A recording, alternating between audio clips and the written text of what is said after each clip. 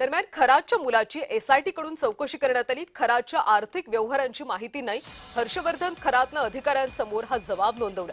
आर्थिक व्यवहारांच्या संबंधित हर्षवर्धनची सुद्धा कसून चौकशी करण्यात आली। मात्र या आर्थिक व्यवहारांची मला कोणतीही माहिती नाही असं यावेळी हर्षवर्धन खरातनं म्हटलं।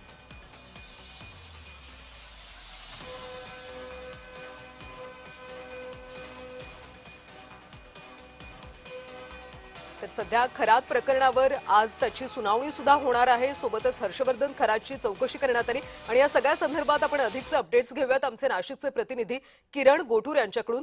किरण, खरं तर दोन महत्त्वाचे विषय आहेत। पहिला म्हणजे 6व्या गुन्ह्यामध्ये आज पुन्हा एकदा सुनावणी होणार आहे। आज पोलीस कोठडी खरातला मिळू शकते का?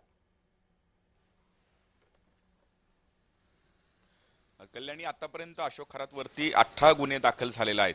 काही फसवणुकीचे गुन्हे आहेत, अशा पद्धतीचे वेगवेगळे गुन्हे जे आहेत ते अशोक खरातवरती दाखल झालेले आहेत आणि या 18 पैकी 8 गुन्हे जे आहेत ते महिला अत्याचार संदर्भात आहेत आणि 8 गुन्ह्यांसंदर्भात जो तपास आहे तो संपूर्णपणे जे एसआयटी करताना आपल्याला बघायला मिळतोय। आतापर्यंत 5 गुन्ह्यांमध्ये अशोक खरातला न्यायालयाने पोलीस कोठडी दिलेली होती आणि हे सगळे 5ही गुन्हे महिला अत्याचार संदर्भात होते आणि 5व्या गुन्ह्यामध्ये काल माननीय न्यायालयाने अशोक खरातला न्यायालयीन कोठडी दिलेली होती आणि लगेच 6व्या गुन्ह्यामध्ये सुद्धा अशोक खरातला ताबा मिळावा म्हणून जे एसआयटीने अर्ज केलेला होता तो अर्ज मंजूर झालेला आहे आणि आज या अर्जावरती सुनावणी होईल आणि हा 6वा गुन्हा देखील महिला अत्याचार संदर्भातच आहे। जे 8 गुन्हे महिला अत्याचार संदर्भात आहेत या सगळ्या गुन्ह्यांचा स्वतंत्र तपास जो आहे तो एसआयटी कडनं केला जातोय। आज 6व्या गुन्ह्यासाठी अशोक खरातला आणखीन एकदा न्यायालयामध्ये जे हजर केलं जाईल आणि आणखीन एकदा या अशोक खरातला पोलीस कोठडी मिळावी अशा पद्धतीचा युक्तिवाद जो आहे तो सरकारी वकील करण्याची शक्यता आहे।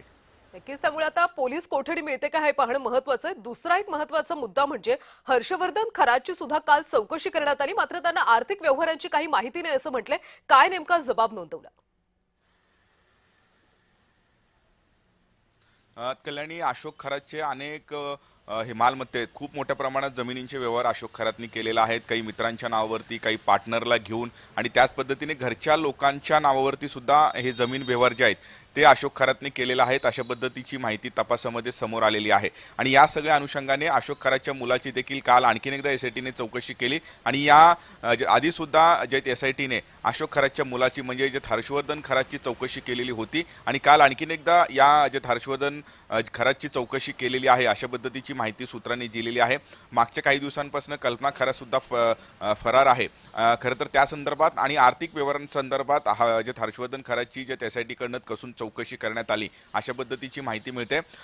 अशोक खरातने जे काही व्यवहार केलेला आहे त्या संदर्भात तुला माहिती आहे का? असे वेगवेगळे प्रश्न जे आहेत ते एकूणच अधिकाऱ्यांनी जे हर्षवर्धन खरातला विचारले आणि त्याच पद्धतीने कल्पना खरात कुठे आहे, ती मागच्या काही दिवसांपासून नाही आहे, ती घरी आली होती का किंवा कुठे गेलेली आहे, असे वेगवेगळे प्रश्न जे आहेत ते हर्षवर्धन खरातला या अधिकाऱ्यांनी विचारले अशा पद्धतीची माहिती सूत्रांनी दिलेली आहे। पण मला काहीच माहीत नाही असं उत्तर जे आहेत हर्षवर्धन एकूणच खरातने या अधिकाऱ्यांना दिलेलं आहे। रात्री उशिरापर्यंत ही संपूर्णपणे चौकशी सुरू होती आणि चौकशीनंतर जे हर्षवर्धन खरातला आता सोडण्यात आलेला आहे अशाही पद्धतीचं माहिती मिळते। पण मागच्या काही दिवसांपासून या सगळ्या मालमत्ता संदर्भात एकूणच इन्कम टॅक्स असेल, त्याच पद्धतीने ईडी असेल, या सगळ्या वेगवेगळ्या संस्थांकडनं देखील तपास केला जातोय। त्यामुळे अजून काय काय माहिती या सगळ्या प्रकरणामध्ये समोर येतं हे बघणं महत्त्वाचं असणार आहे।